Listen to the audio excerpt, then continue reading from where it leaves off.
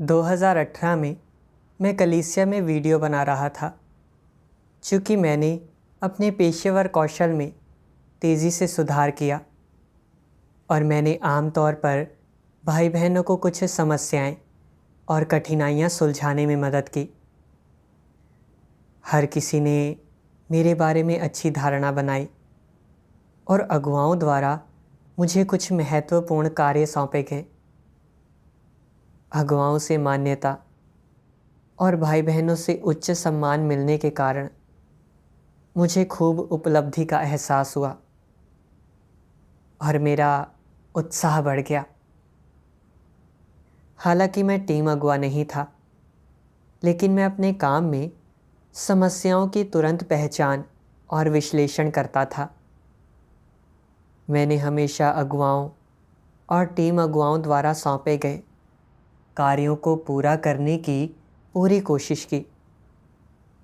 इसलिए मुझे लगा कि मेरे पास अपने कर्तव्य के लिए काफ़ी बोझ है और मैं अपेक्षाकृत आज्ञाकारी था। खासकर जब मैंने अपने आसपास के कुछ भाई बहनों को नकारात्मक होते, अपने कर्तव्यों में ढिलाई बरतते और अपने कर्तव्यों को समुचित ढंग से नहीं करते देखा, क्योंकि वे कलीसिया द्वारा सौंपे गए कार्यों से असंतुष्ट थे। तो मैंने सोचा कि अगर मुझे ऐसी स्थिति का सामना करना पड़ा तो मैं उनके जैसा व्यवहार नहीं करूँगा, मैं तब भी आज्ञाकारी रहूँगा। 2022 में एक दिन समूह अगुवा ने मुझे बताया कि पाठ आधारित कार्य के लिए लोगों की कमी थी। चूँकि हमारे समूह में काम का बोझ बहुत ज़्यादा नहीं था और मुझ में कुछ लेखन कौशल था और मैं आम तौर पर कुछ समस्याओं को सुलझाने के लिए सत्य पर संगति कर सकता था। एक व्यापक मूल्यांकन के बाद अगुवाओं ने मुझे पाठ आधारित कार्य में लगाने का फैसला किया। जब मैंने यह समाचार सुना तो मुझे अपने कानों पर विश्वास ही नहीं हुआ। मैंने सोचा, क्या वे मेरे कर्तव्य को समायोजित करने जा रहे हैं? मैं इस समूह में ही ठीक हूँ। मेरे बारे में भाई बहनों की अच्छी राय है और दूसरे समूहों के लोग भी सलाह के लिए मेरे पास आते हैं। इससे मेरी खूब अच्छी छवि दिखती है। अगर मैं पाठ आधारित कार्य करने जाता हूँ और सिद्धांतों को समझ नहीं पाता हूँ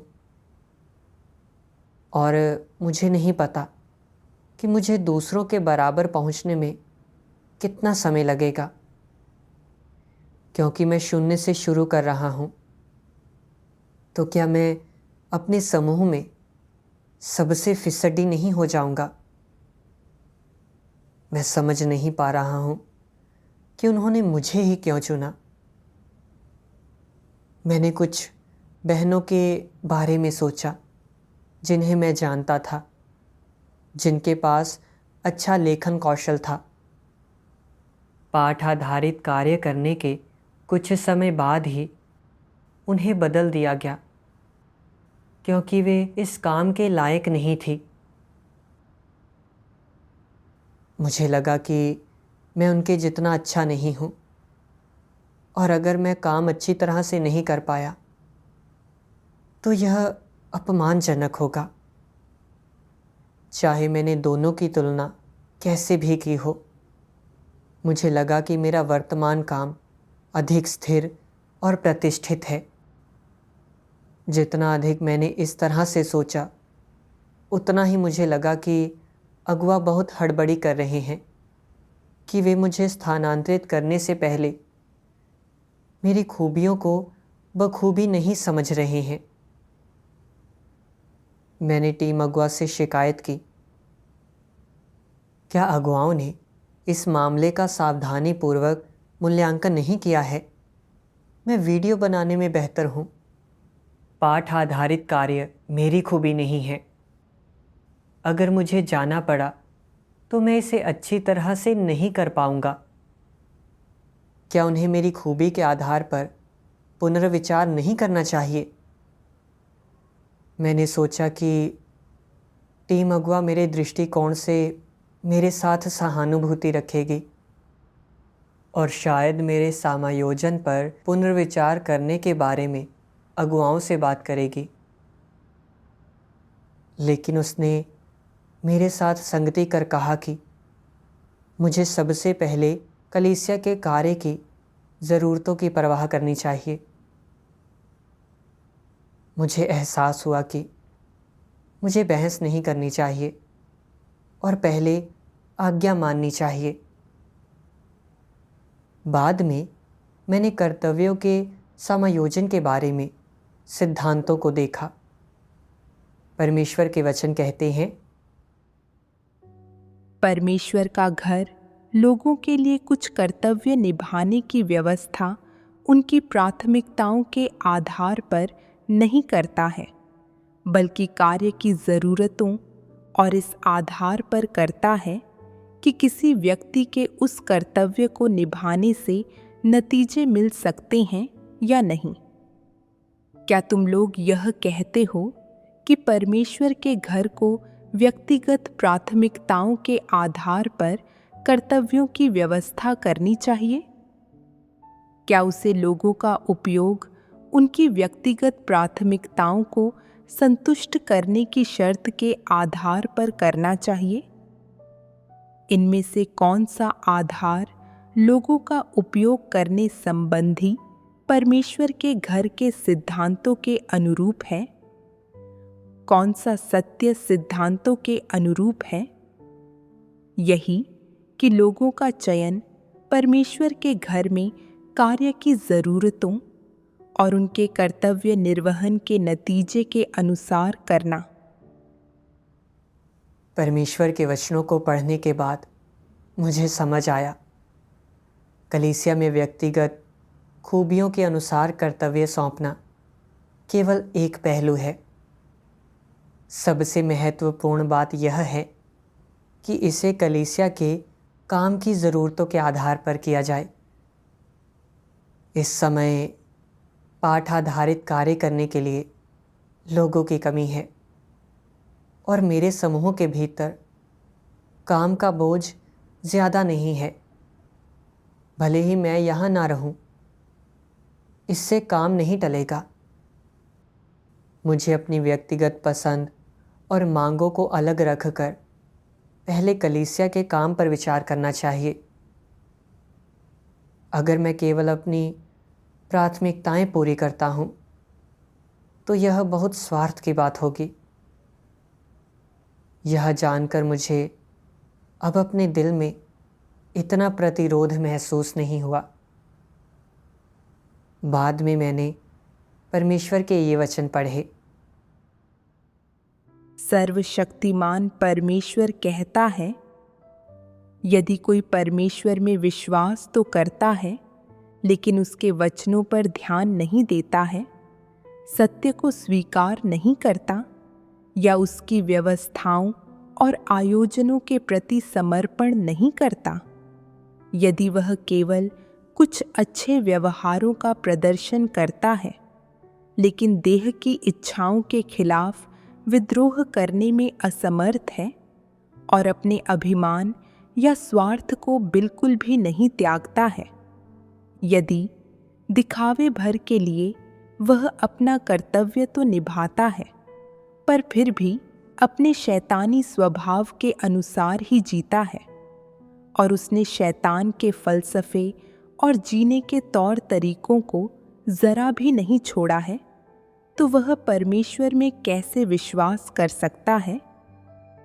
उन्होंने कितने ही बरस परमेश्वर में विश्वास क्यों न किया हो, वे परमेश्वर के साथ एक सामान्य संबंध नहीं बना पाते। वे चाहे कुछ भी करें या उनके साथ कुछ भी घटे, वे सबसे पहले यह सोचते हैं, मैं क्या करना चाहता हूँ, मेरे हित में क्या होगा और क्या नहीं होगा। अगर मैं ऐसा या वैसा करता हूँ तो क्या हो जाएगा। वे सबसे पहले ये बातें सोचते हैं।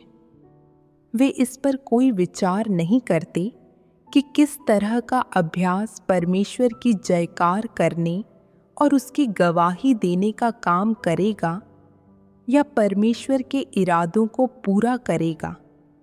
नहीं, वे यह जानने के लिए प्रार्थना करते हैं कि परमेश्वर की अपेक्षाएं क्या हैं और उसके वचन क्या कहते हैं।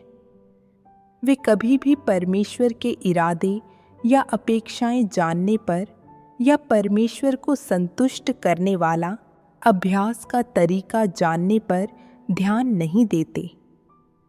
भले ही वे कभी कभी परमेश्वर के सम्मुख प्रार्थना करें और उसके साथ संगति करें, पर वे मात्र खुद से बात कर रहे होते हैं, न कि ईमानदारी से सत्य की खोज करते हैं। जब वे परमेश्वर से प्रार्थना करते हैं और उसके वचन पढ़ते हैं, तो वे इन्हें अपने वास्तविक जीवन के मामलों से जोड़कर नहीं देखते। तो परमेश्वर द्वारा आयोजित परिवेश में वे उसकी संप्रभुता, व्यवस्थाओं और आयोजनों को किस तरह लेते हैं। जब वे ऐसी चीज़ों का सामना करते हैं जो उनकी अपनी इच्छाओं को संतुष्ट नहीं करती, तो वे उनसे कन्नी काटते हैं और दिल ही दिल में उनका प्रतिरोध करते हैं। जब वे ऐसी चीज़ों का सामना करते हैं जो उनके हितों को नुकसान पहुंचाती हैं या उनके हितों को संतुष्ट नहीं करती, तो वे बचकर निकलने का हर साधन अपनाते हैं और खुद को ज़्यादा से ज़्यादा फ़ायदा पहुंचाने और किसी भी तरह का नुकसान न झेलने के लिए पूरा जोर लगा देते हैं। वे परमेश्वर के इरादों को पूरा करने के बजाय अपनी ही इच्छाओं की तृप्ति में लगे रहते हैं। क्या यह परमेश्वर में आस्था रखना हुआ? क्या ऐसे लोगों का परमेश्वर के साथ कोई नाता होता है? नहीं, नहीं होता। वे एक पतित, कुत्सित, अड़ियल और कुरूप तरीके से जीते हैं। न सिर्फ उनका परमेश्वर के साथ कोई नाता नहीं होता, बल्कि वे हर मौके पर परमेश्वर की संप्रभुता और व्यवस्थाओं के खिलाफ जाते हैं। वे अक्सर कहते हैं, परमेश्वर मेरी जिंदगी की हर चीज़ पर संप्रभुता रखे और नियंत्रण करे। मैं परमेश्वर को सिंहासन पर बिठाने और उसे अपने दिल पर राज और हुकूमत करने देने के लिए तैयार हूँ। मैं परमेश्वर की व्यवस्थाओं और आयोजनों के आगे समर्पण के लिए तैयार हूँ। हालांकि जब वे ऐसी चीज़ों का सामना करते हैं जिनसे उन्हें नुकसान पहुंच सकता है, तो वे समर्पण नहीं कर पाते। परमेश्वर द्वारा व्यवस्थित परिवेश में सत्य की खोज करने के बजाय वे पलटकर उस परिवेश से भागने की कोशिश करते हैं। वे परमेश्वर की व्यवस्थाओं और आयोजनों के आगे समर्पण करना नहीं चाहते, बल्कि अपनी ही इच्छा के अनुसार चलना चाहते हैं। बस उनके हितों पर कोई आंच नहीं आनी चाहिए। वे परमेश्वर के इरादों को पूरी तरह नकार देते हैं और सिर्फ खुद के हितों और खुद के हालात के बारे में और अपनी मनोदशा और भावनाओं के बारे में सोचते हैं। क्या यह परमेश्वर में आस्था रखना हुआ? परमेश्वर के वचनों से मैंने देखा कि जब परमेश्वर के सच्चे विश्वासियों को ऐसी चीज़ों का सामना करना पड़ता है जो उनकी धारणाओं के अनुरूप नहीं होती है, या जब उनके हितों को नुकसान पहुंचता है, तो वे अपनी भ्रष्टता दूर करने के लिए सक्रिय रूप से सत्य की तलाश करेंगे, परमेश्वर के वचनों में उत्तर पाएंगे और परमेश्वर के प्रबोधन और मार्गदर्शन की प्रतीक्षा करेंगे। जो लोग सत्य नहीं खोजते और अविवेकी हैं, वे केवल उन लोगों या परिस्थितियों पर ध्यान केंद्रित करेंगे जब उन्हें ऐसी चीज़ों का सामना करना पड़ता है जो उनकी धारणाओं के अनुरूप नहीं होती है, और वे परमेश्वर के बारे में शिकायत भी कर सकते हैं और परमेश्वर के आयोजनों और व्यवस्थाओं के प्रति समर्पित होने से इनकार कर सकते हैं। इसे अपने आप से जोड़ते हुए जब भी मैंने सोचा कि पाठ आधारित कार्य करते समय दूसरों से सम्मान नहीं पाया जा सकता है और निकम्मे के रूप में बेनकाब किया जा सकता है, तो मैंने अपने आप को सही ठहराने और बहाने बनाने की कोशिश की। कौशल की कमी का आवरण ओढ़कर खुद को छिपाने की कोशिश की। मैंने सोच समझकर अपनी कमज़ोरियां बताकर यह उम्मीद की कि टीम अगुआ मुझसे सहानुभूति रखेगी और मुझे समझेगी, ताकि मैं उसी समूह में रहकर अपना रुतबा कायम रख सकूं।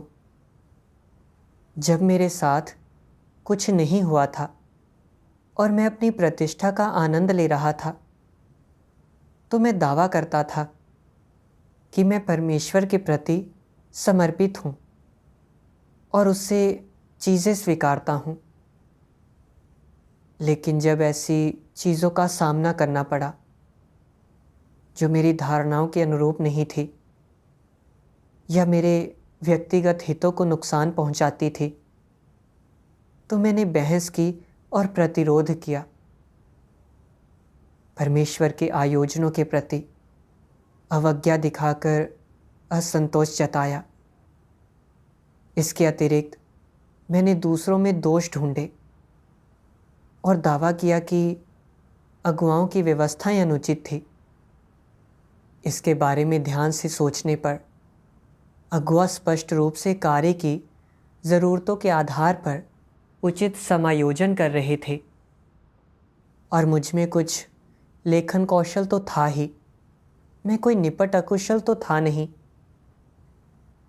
लेकिन चूंकि मुझे लगा कि यह समायोजन मेरी प्रतिष्ठा और रुतबे को नुकसान पहुंचाएगा,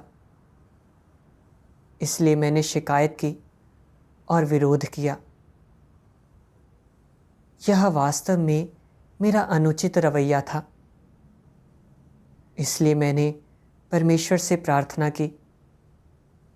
मैं उससे पाठ आधारित कार्य स्वीकार कर समर्पण करने और इसे भरसक प्रयास लगाकर करने के लिए तैयार था। अपने कर्तव्य के समायोजन के बाद मैंने देखा कि वहाँ के अधिकांश भाई बहनों के पास मुझसे बेहतर लेखन कौशल था। कुछ लोग पहले अगुआ रह चुके थे और कुछ लोग वर्षों से पाठ आधारित कार्य कर रहे थे। उन्हें सिद्धांतों की अच्छी समझ थी और वे समस्याओं पर स्पष्ट रूप से और अंतर्दृष्टि के साथ चर्चा करते थे और अपने विचार व्यक्त करते थे। मुझे काफ़ी जलन होने लगी। अनजाने में मैं थोड़ा कुंठित हो गया और सोचने लगा कि मैंने तो अभी अभी शुरुआत की है और मैं पहले ही उनसे बहुत पीछे हूँ। मैंने सोचा, मैं उनके स्तर तक कब पहुँच पाऊँगा? लेकिन मैं बहुत निराश नहीं हुआ, यह जानकर कि सिद्धांतों, पेशे और दूसरे पहलुओं के मामले में मुझ में काफ़ी कमी थी।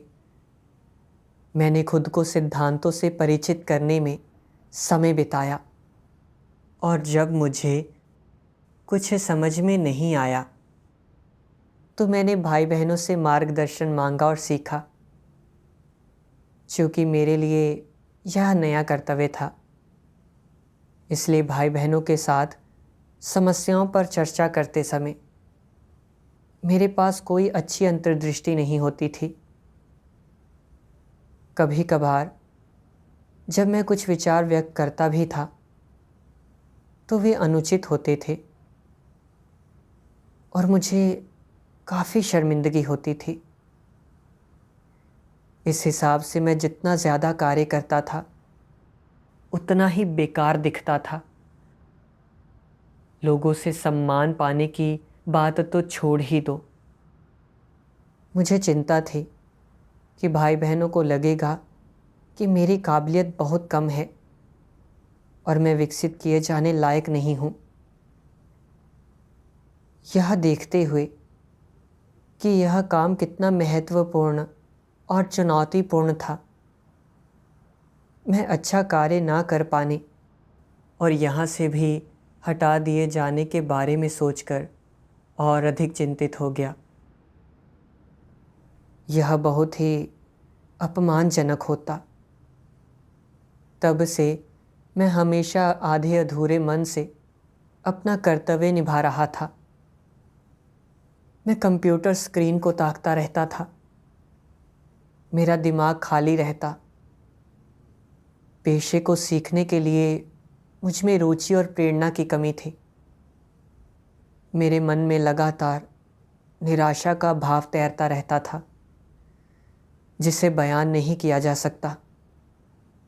कभी कभी तो मैं उस समय की कल्पना तक करने लगता कि शायद अगुआ अपना मन बदल ले और मुझे वापस भेज दे। मैं यह सोचता था कि यहाँ निकम्मा बनकर बेनकाब होने और गुमनाम रहने से तो बेहतर पुरानी जगह लौटना रहेगा। बाद में मुझे नए पेशे के गुर सिखाने वाली बहन ने मेरे कर्तव्यों में सिद्धांत संबंधी कुछ समस्याओं की पहचान की। इनका विश्लेषण करने के बाद उसने इन समस्याओं और विचलनों को समूह के सामने भी रखा। इससे मैं बहुत शर्मिंदा हुआ। अचानक उस समय की यादें दिमाग में आ गई जब मैं वीडियो बनाता था। उस समय मैं प्रतिष्ठित था। लोग मेरे पास सवाल लेकर आते थे और मैं ही ज़्यादातर समय दूसरों की गलतियां बताता था। लेकिन अब मैं एक नकारात्मक मिसाल बन गया था और मुझे लगातार मेरी गलतियां बताई जा रही थी। यह बस दो चरम सीमाएं थी। इस विरोधाभास ने मुझे और भी नकारात्मक बना दिया।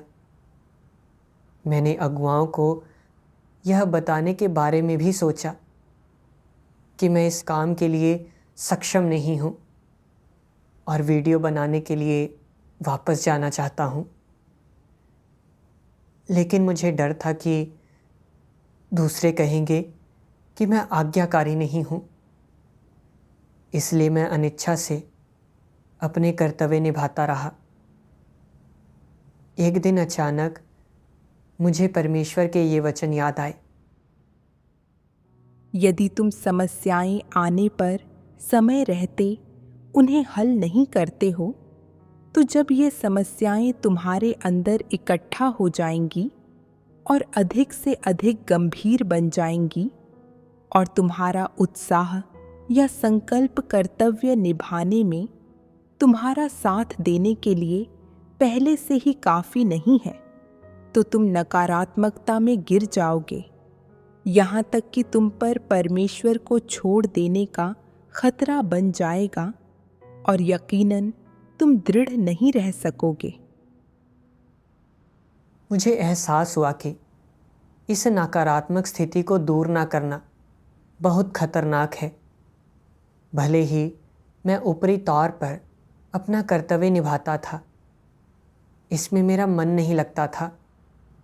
मैं अक्सर उन दिनों को याद करता था जब दूसरे लोग मेरा सम्मान करते थे और मेरी प्रशंसा करते थे और मैंने कभी भी अपना सर्वश्रेष्ठ प्रयास नहीं किया।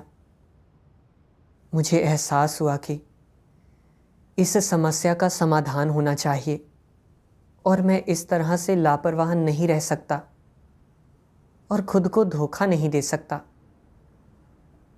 बाद में आत्मचिंतन करते हुए मैंने परमेश्वर के ये वचन पढ़े। सर्वशक्तिमान परमेश्वर कहता है, किसी भी व्यक्ति को स्वयं को पूर्ण, प्रतिष्ठित, कुलीन या दूसरों से भिन्न नहीं समझना चाहिए।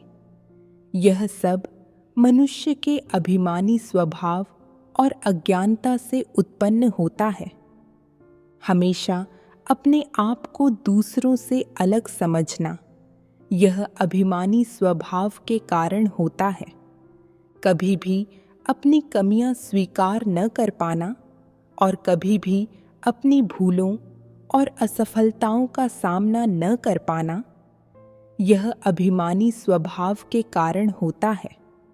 कभी भी दूसरों को अपने से ऊंचा नहीं होने देना या अपने से बेहतर नहीं होने देना ऐसा अभिमानी स्वभाव के कारण होता है।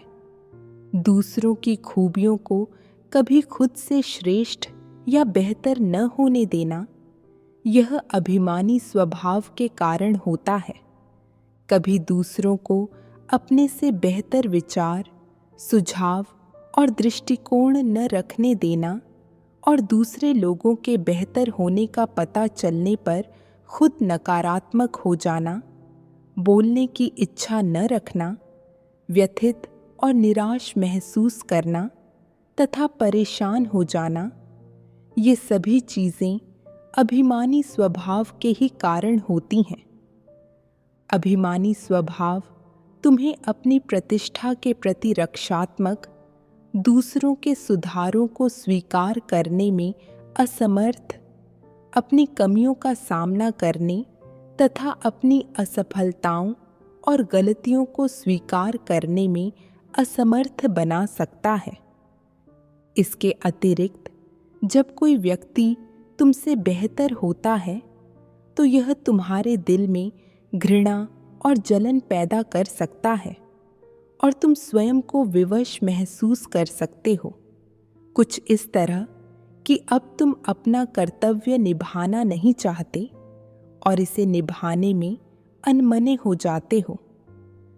अभिमानी स्वभाव के कारण तुम्हारे अंदर ये व्यवहार और आदतें प्रकट हो जाती हैं। परमेश्वर के वचनों ने मुझे मेरी नकारात्मकता का कारण खोजने में मदद की। मैं खुद को हमेशा काबिल मानता था और बहुत ऊंचा आंकता था।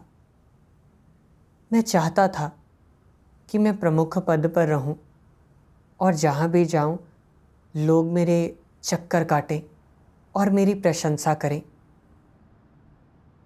जब मैं दूसरों से सम्मान ना पा सका या सुर्खियों में नहीं आ पाया तो मैं नकारात्मक हो गया और इस स्थिति से निकलना चाहता था। यह सब मेरे स्वभाव के बहुत घमंडी होने के कारण था। मैंने पाठ आधारित कार्य का अभ्यास करना अभी अभी शुरू किया था और ऐसी बहुत सी चीज़ें थी जिन्हें मैं समझता नहीं था या करना नहीं जानता था। कोई भी सिद्धांत केवल कुछ बार सुनने या पढ़ने से नहीं सीखा जा सकता है। इसे एक अरसे तक व्यावहारिक रूप से सीखना पड़ता है। इस दौरान गलतियां और असफलताएं अपरिहार्य हैं। जिन लोगों के पास वाकई विवेक है वे सभी इन चीज़ों को सही तरीके से देख सकते हैं, लेकिन मुझ में बिल्कुल भी आत्म जागरूकता नहीं थी। मैं जहाँ कहीं भी जाता था खुद को खास दिखाना चाहता था। मैं वास्तव में अभी अभी शुरुआत कर रहा था, लेकिन अपनी योग्यता दिखाने के लिए कुछ हासिल करने की उतावली में था, ताकि मेरे भाई बहन देख सकें कि मेरे पास अच्छी काबिलियत है। जब मैं अच्छा नहीं कर पाया, खरा नहीं उतर पाया या सुर्खियों में नहीं रहा, मैं नकारात्मक होकर ढिलाई बरतने लगा और नए पेशा सीखने के लिए उत्साह गवा बैठा। मैंने अपना कर्तव्य छोड़कर जाने के बारे में भी सोचा। मुझे एहसास हुआ कि मैं वाकई घमंडी था और सोचता था कि मैं इतना बड़ा आदमी हूँ। मैं जो पीड़ा भोग रहा था वह मेरी अपनी करनी का नतीजा था। मैं सोचने लगा, पहले वीडियो बनाते समय मुझ में इतना उत्साह क्यों होता था, लेकिन अब जब मैं पाठ आधारित काम कर रहा हूँ तो मैं कभी भी उत्साह नहीं जुटा पाता। बाद में मैंने परमेश्वर के वचनों का एक अंश पढ़ा और अपनी अवस्था के बारे में कुछ समझ हासिल की। परमेश्वर के वचन कहते हैं, अगर लोगों के पास सत्य से प्रेम करने वाला दिल होगा तो उनमें सत्य का अनुसरण करने की शक्ति होगी और वे सत्य का अभ्यास करने के लिए कड़ी मेहनत कर सकते हैं। वे उसे त्याग सकते हैं जिसे त्यागना चाहिए और उसे छोड़ सकते हैं जिसे छोड़ना चाहिए। विशेष रूप से जो चीज़ें तुम्हारी प्रसिद्धि, लाभ और हैसियत से संबंधित हैं, उन्हें छोड़ देना चाहिए। अगर तुम उन्हें नहीं छोड़ते तो इसका मतलब है कि तुम सत्य से प्रेम नहीं करते और तुम में सत्य का अनुसरण करने की शक्ति नहीं है। जब तुम्हारे साथ घटनाएं घटें तो तुम्हें सत्य खोजकर इसका अभ्यास करना चाहिए। अगर ऐसे समय में जब तुम्हें सत्य का अभ्यास करने की आवश्यकता होती है, तुम्हारा हृदय हमेशा स्वार्थी बना रहे और तुम अपना स्वार्थ नहीं छोड़ सकते, तो तुम सत्य पर अमल नहीं कर पाओगे। अगर तुम किसी भी परिस्थिति में सत्य की तलाश या उसका अभ्यास नहीं करते, तो तुम सत्य से प्रेम करने वाले व्यक्ति नहीं हो। चाहे तुमने कितने भी वर्षों से परमेश्वर पर विश्वास किया हो, तुम सत्य प्राप्त नहीं करोगे। कुछ लोग हमेशा प्रसिद्धि, लाभ और स्वार्थ के पीछे दौड़ते रहते हैं। कलीसिया उनके लिए जिस भी कार्य की व्यवस्था करे, वे हमेशा यह सोचते हुए उसके बारे में विचार करते हैं, क्या इससे मुझे लाभ होगा? अगर होगा तो मैं इसे करूँगा, अगर नहीं होगा तो मैं नहीं करूँगा।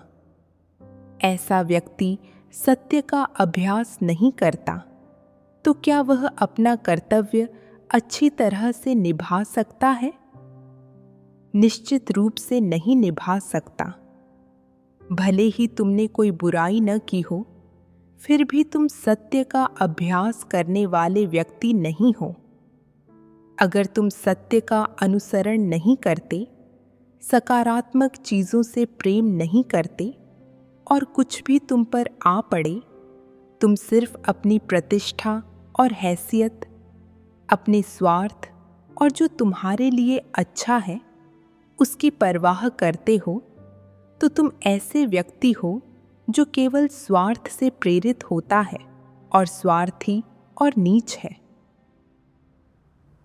परमेश्वर के वचन कहते हैं कि यदि लोगों के पास सत्य से प्रेम करने वाला हृदय है, तो जब उन पर ऐसी परिस्थितियां आती हैं जो उनके अहंकार, रुतबे और हितों को प्रभावित करती है, तो वे इसे छोड़ सकते हैं और सत्य का अभ्यास करने के लिए वे अपनी दैहिक इच्छाओं के खिलाफ विद्रोह कर सकते हैं।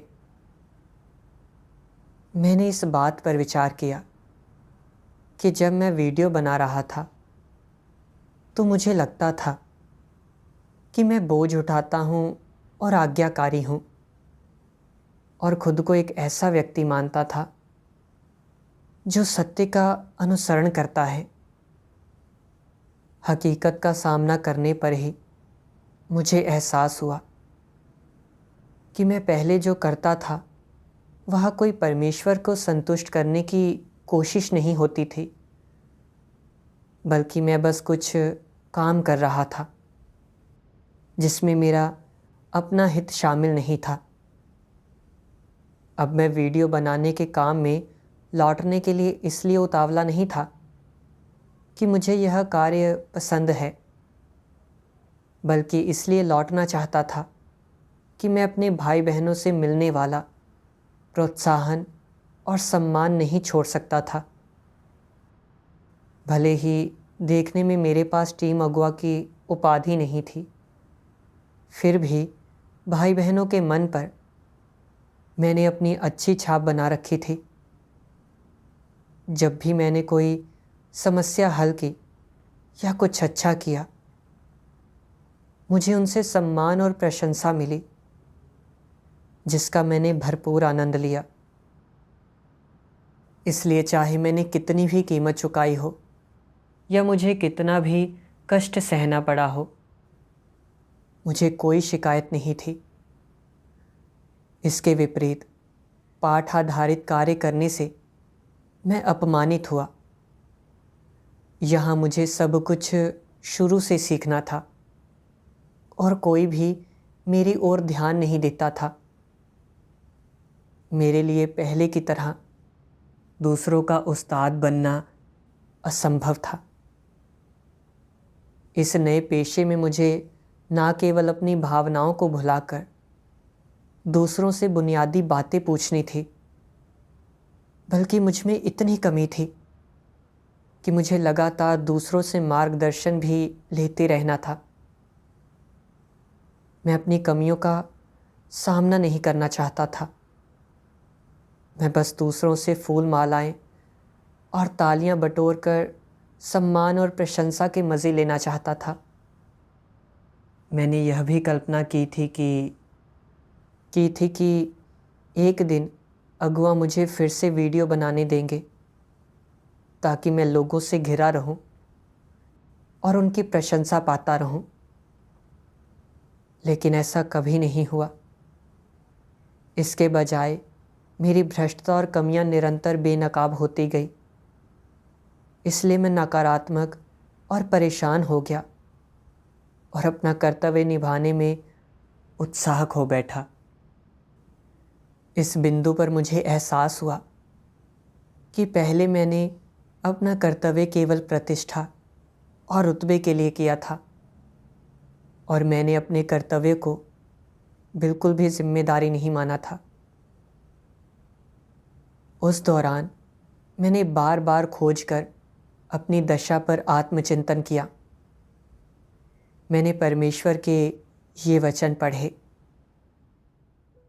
सर्वशक्तिमान परमेश्वर कहता है, मसीह विरोधियों के लिए रुतबा और प्रतिष्ठा उनका जीवन है।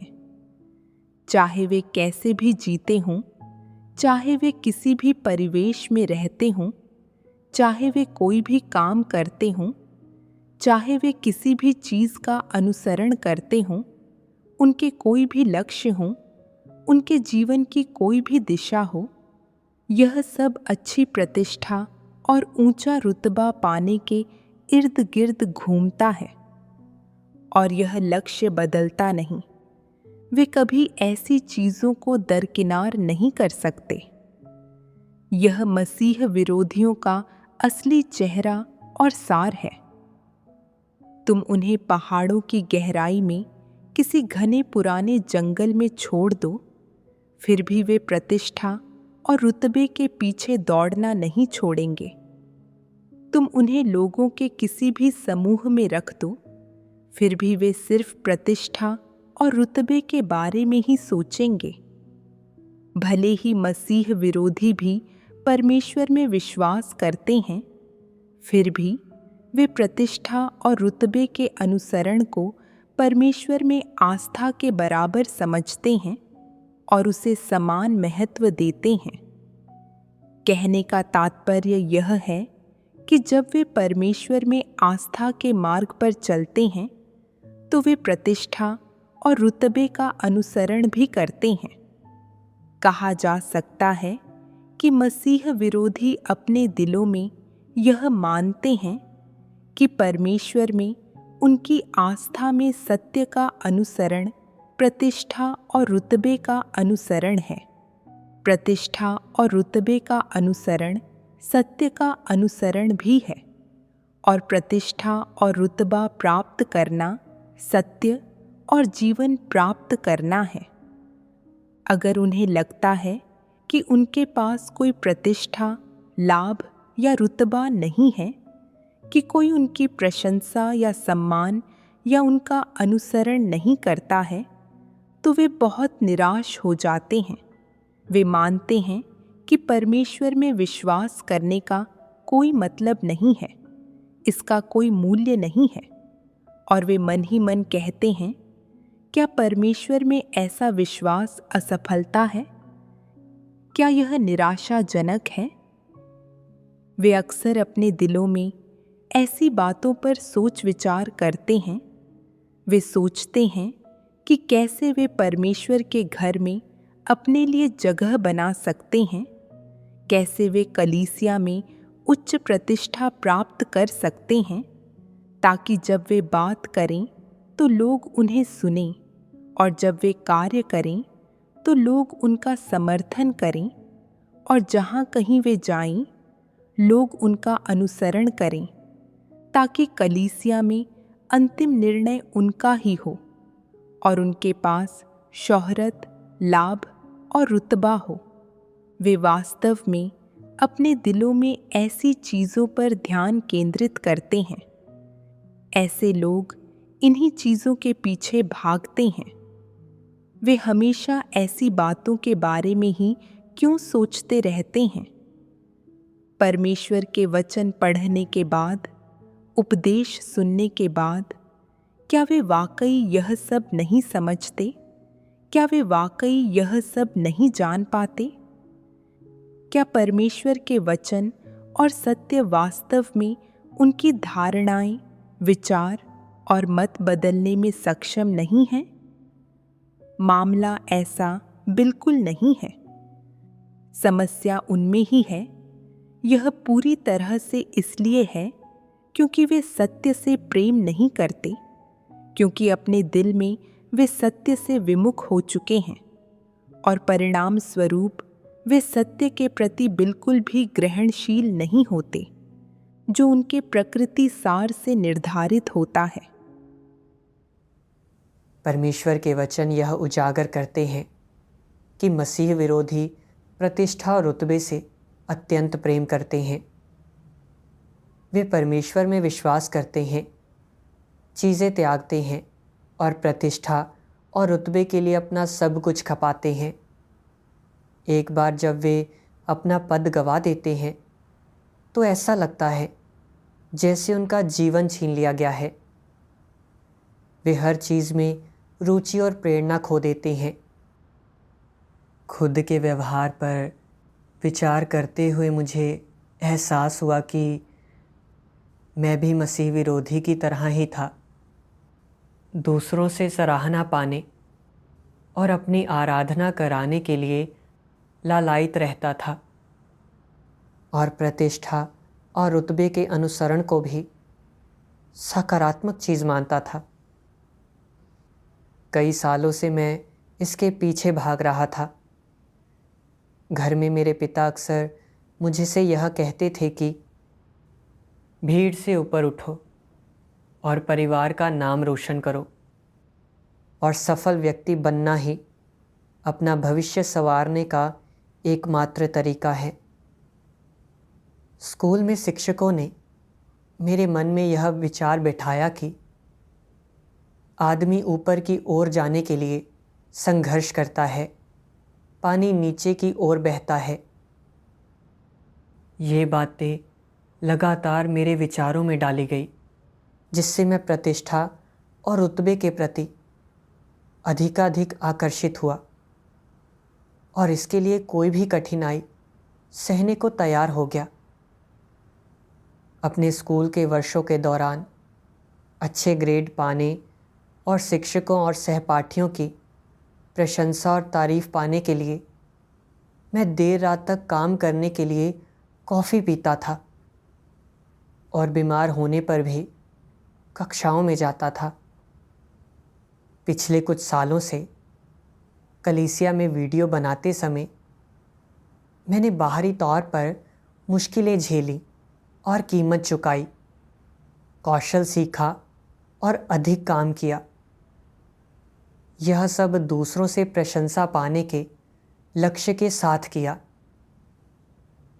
कर्तव्य बदलने के बाद जब मुझे दूसरों से प्रशंसा मिलनी बंद हो गई और गलतियों के कारण मेरी कमियां और अयोग्यताएं भी प्रकट होने लगी, तो मैं हतोत्साहित हो गया।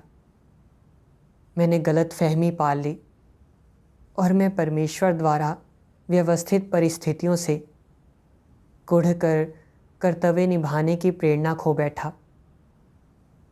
मैंने देखा कि मैं प्रतिष्ठा और रुतबे के लिए जी रहा था, लगातार दूसरों से प्रशंसा पाने के बारे में सोचता रहता था। मैं जो अनुसरण कर रहा था वह परमेश्वर की अपेक्षाओं के बिल्कुल विपरीत था। मैंने परमेश्वर के इन वचनों के बारे में सोचा,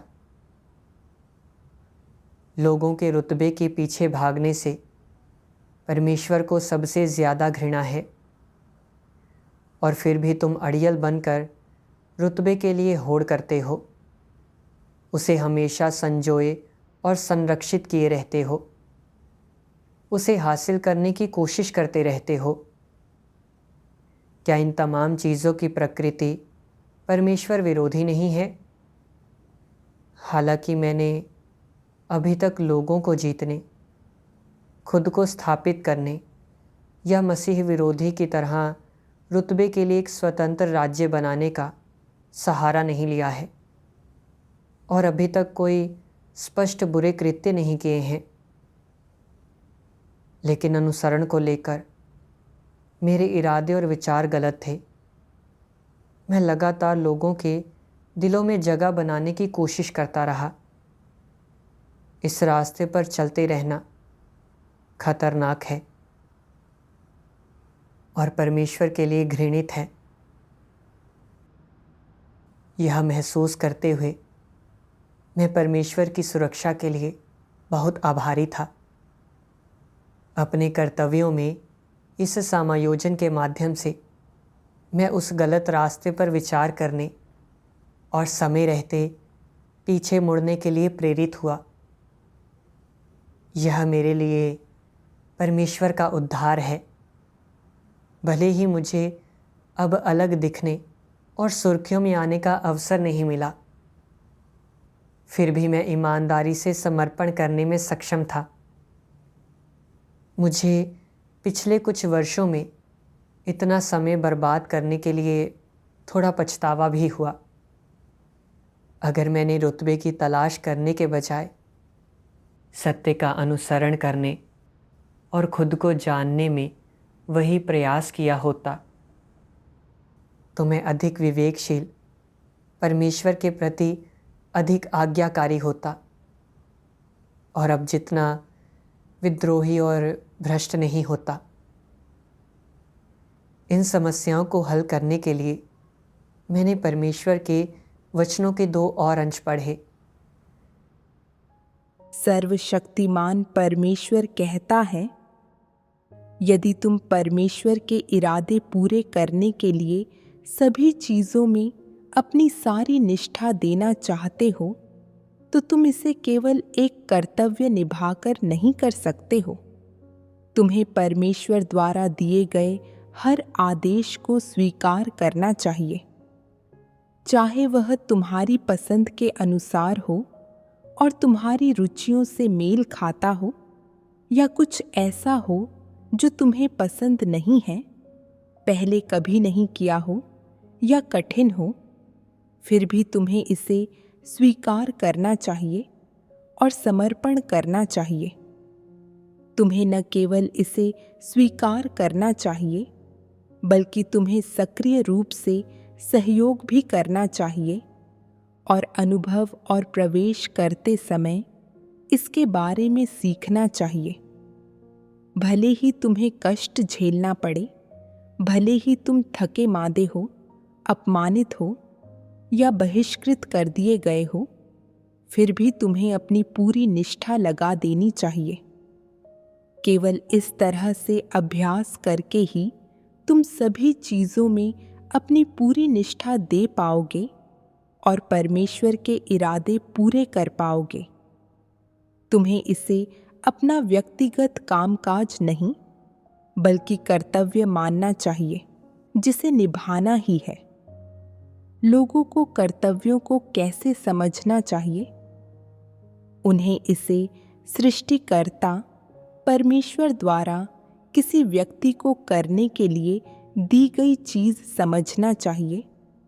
लोगों के कर्तव्य ऐसे ही आरंभ होते हैं।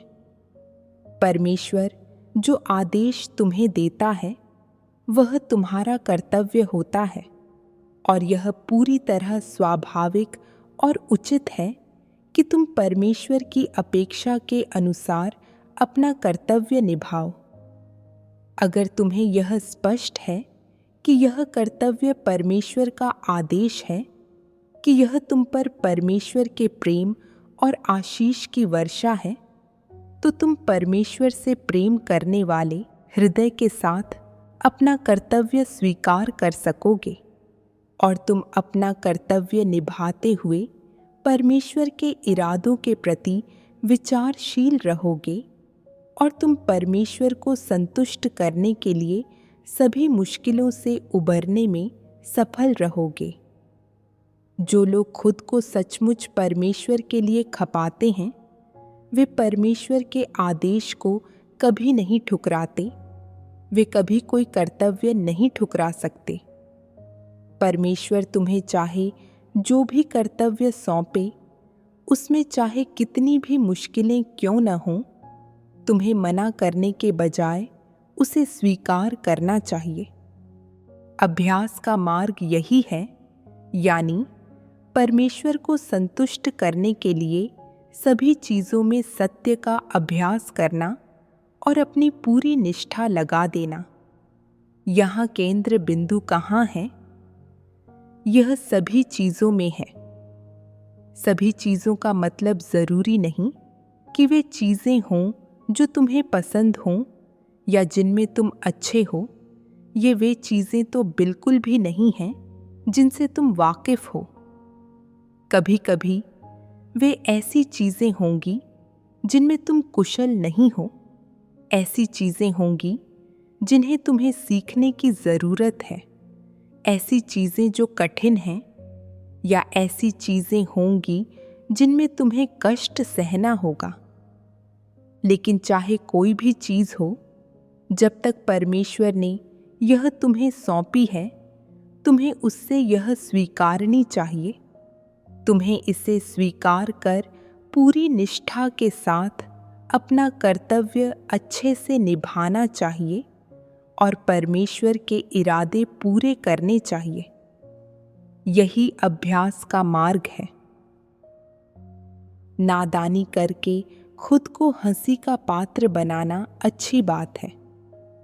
यह तुम्हें अपनी कमियां समझने और अभिमान के प्रति अपना प्रेम देखने में तुम्हारी सहायता करता है। यह तुम्हें दिखाता है कि तुम्हारी समस्याएं कहाँ हैं, और स्पष्ट रूप से यह समझने में मदद करता है कि तुम एक पूर्ण व्यक्ति नहीं हो।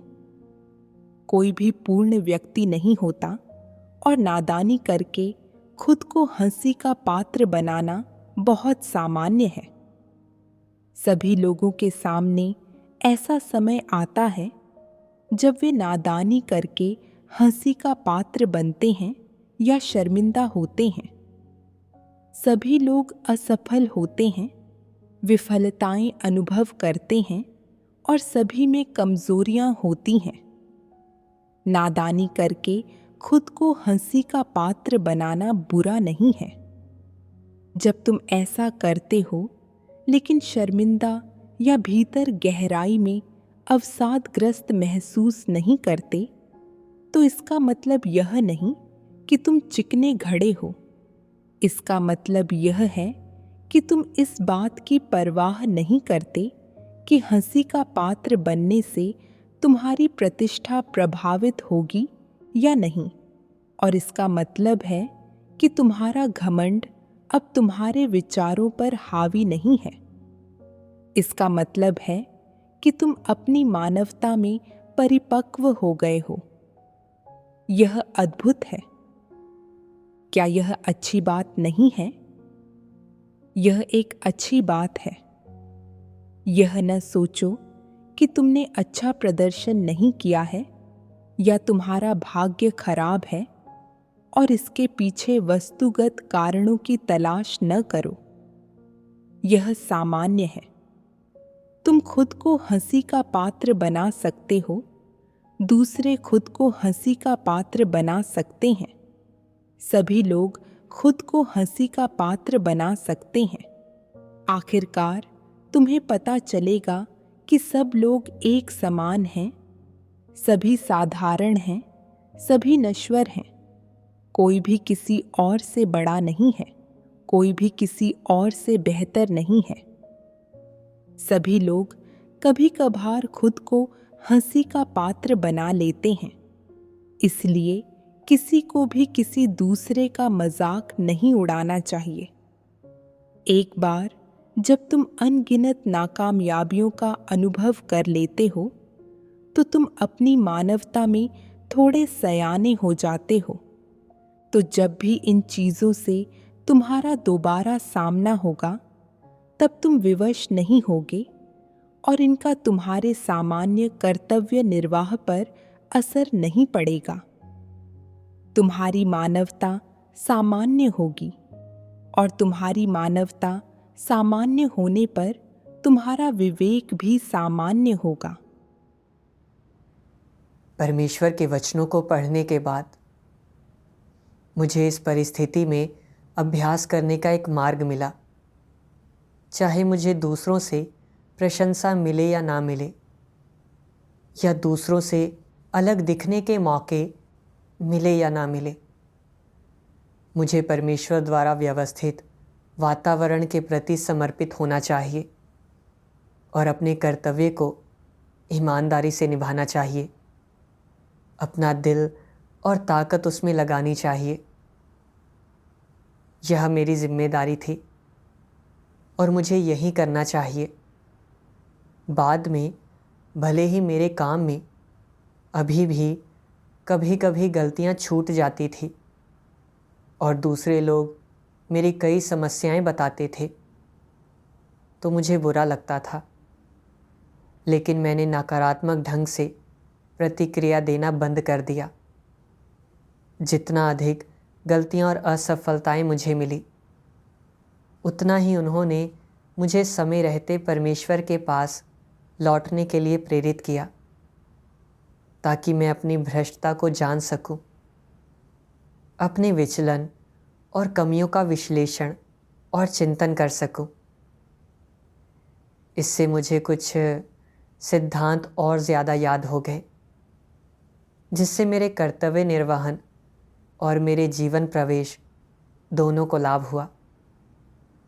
इस समझ के कारण मेरी मानसिकता सुधर गई और अब मुझे इस बात की उतनी परवाह नहीं थी कि दूसरे मुझे कैसे देखते हैं। पेशे के संदर्भ में मैंने अपने विचलन और समस्याओं का विश्लेषण किया। जब मुझे कुछ समझ में नहीं आता था तो भाई बहनों से मदद मांगी और प्रासंगिक सिद्धांतों की तलाश की और उनमें प्रवेश किया। मैंने दूसरों की अच्छी परिपाटियों से भी सीखा। जहाँ तक मेरी दशा का सवाल है, मैंने अपना खाली समय चिंतन मनन करने में लगाया और खुद को परमेश्वर के उन वचनों के आधार पर जाना जो मेरी प्रकट भ्रष्टताओं से संबंधित थे। कुछ समय तक इसका अभ्यास करने के बाद मुझे अपना वर्तमान कर्तव्य पसंद आने लगा और मेरे कर्तव्य के नतीजे पहले से बेहतर होते गए। इस प्रक्रिया पर पीछे मुड़कर देखने पर मुझे परमेश्वर के ईमानदार इरादों का एहसास हुआ। इस माहौल में अपना कर्तव्य निभाने से मुझे कई लाभ हुए हैं। इन असफलताओं और खुलासों के ज़रिए ही मैं अपनी कमियों और वास्तविक आध्यात्मिक कद के अभाव को स्पष्ट रूप से देख पाया। परमेश्वर की संप्रभुता और व्यवस्थाओं के प्रति समर्पण करना और अपने कर्तव्यों में सिद्धांतों की और अधिक खोज करना सीख सका। यही नहीं, इस माहौल में लगातार तपने के कारण मेरी मानवता परिपक्व हो गई। मेरे अंदर आवेग और नाजुकपन घट गया। मैं अपनी कमियों का सही उपचार करने में सक्षम हो गया और परमेश्वर के इरादों और सत्य सिद्धांतों की खोज करना सीखने लगा। ये सभी मेरे लिए प्रशिक्षण और पूर्णता है। अपने कर्तव्यों में इस समायोजन का अनुभव करते हुए मैं समझ गया हूँ कि इससे फ़र्क नहीं पड़ता कि हम कौन सा कर्तव्य निभा रहे हैं, हमारी प्रतिष्ठा कायम है या नहीं, या दूसरे हमारी प्रशंसा कर रहे हैं या नहीं। ये बातें महत्वपूर्ण नहीं है। महत्वपूर्ण यह है कि हम परमेश्वर के प्रति समर्पण कर सकते हैं या नहीं, और हमारे पास सत्य का अभ्यास करने की गवाहियाँ हैं या नहीं। पहले जब मैंने दूसरों को उनके कर्तव्यों में समायोजन के बाद नकारात्मक और अवज्ञाकारी बनते देखा तो मैंने उन्हें तुच्छ समझा और सोचा कि मैं बेहतर हूँ। अब सच्चाई सामने आई तो मैंने देखा कि मेरी बहुत ही अहंकारी प्रकृति थी और परमेश्वर के प्रति मैं कोई दूसरों से अधिक समर्पित नहीं था। परमेश्वर द्वारा व्यवस्थित परिस्थितियों के माध्यम से मैंने अपने बारे में कुछ ज्ञान पाया है और कुछ बदलावों से गुजरा हूँ। परमेश्वर के हाथों उद्धार के लिए मैं वास्तव में तहे दिल से आभारी हूँ।